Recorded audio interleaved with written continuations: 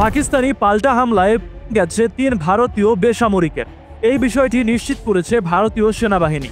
উপত্যকার পঞ্চ রাজৌরি এলাকায় পাকিস্তানি বাহিনীর ছোড়া আঘাতে গেছে তাদের। এইদিকে এই ঘটনার সময় ভারতের 5টি বিমান ভূপাতিতর দাবি করেছে পাকিস্তান, যাদের মধ্যে 3টি রাফাল এবং বাকি 2টি মিগ ও সুহই সিরিজের বিমান। এই সময় বন্দী করা হয় ফাইটার জেটগুলোর পাইলটদেরও। এছাড়াও ধ্বংস করা হয়েছে ভারতীয় বাহিনীর একটি ড্রোনও। এছাড়াও সীমান্তে ভারতীয় সেনাবাহিনীর একটি ব্রিগেড সদর দপ্তর গুড়িয়ে দেওয়ার দাবি করেছে ইসলামাবাদ। দুই দেশের নিয়ন্ত্রণ রেখার ধুন্দিয়াল সেক্টরে এর অবস্থান। ভারতীয় এই হামলাকে কাপুরুষের কর্মকাণ্ড বলে আখ্যা দিয়েছে আইএসবিআর এবং পাকিস্তানের প্রধানমন্ত্রী।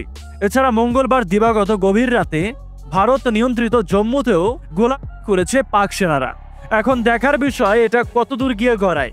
সকলেই দোয়া করুন যাতে করে এর অল্পের মধ্যে সমাপ্তি ঘটে, তাহলে হয়তো বেশি মানুষ এর দ্বারা ক্ষতিগ্রস্ত হবে না।